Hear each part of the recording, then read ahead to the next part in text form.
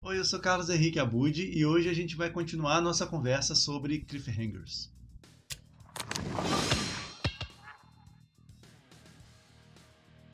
Só lembrando que eu já fiz dois vídeos sobre esse assunto, um com os conceitos e o outro com os 5 primeiros tipos de cliffhanger, e os links para eles estão aqui embaixo. E seguindo de onde a gente parou, vamos ver o sexto cliffhanger então, que é o pressentimento. O pressentimento é um dos mais complexos e, por consequência, um dos mais difíceis cliffhangers de se pôr em prática.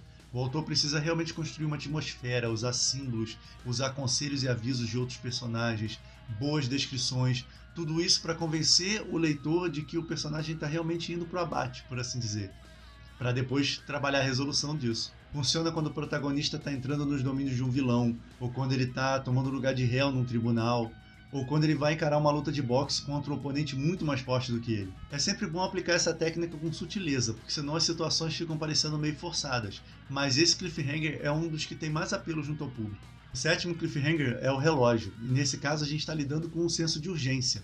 Então, como exemplos clássicos, a gente tem um avião prestes a levantar voo, uma bomba perto de explodir.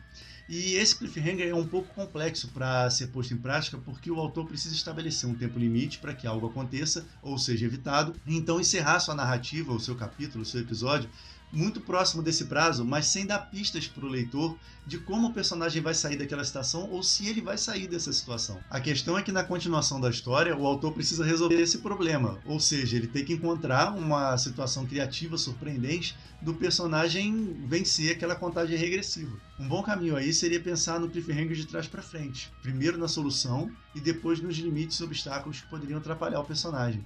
Muita coisa boa na ficção foi feita usando esse truque. Tem também um acidente, que no contexto de cliffhanger não tem a ver apenas com tragédias, como o acidente de carro, é mais como coisas que o personagem faz sem querer. Tipo quando ele está tentando ser furtivo e pisa num galho ou derruba alguma coisa. Só que esse cliffhanger só funciona se ele tiver potencial para realmente alterar a história de maneira significativa. Por exemplo, se o personagem sobe num palco para dar um discurso e ele tropeça ou bate a mão num jarro d'água e derruba, ele simplesmente passou por uma situação constrangedora, não mais do que isso.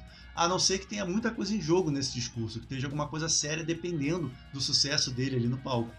Ou então que ele derrube água no colo de uma autoridade temida, intransigente, que possa castigá-lo por isso. O autor também pode interromper a história utilizando notícias inesperadas.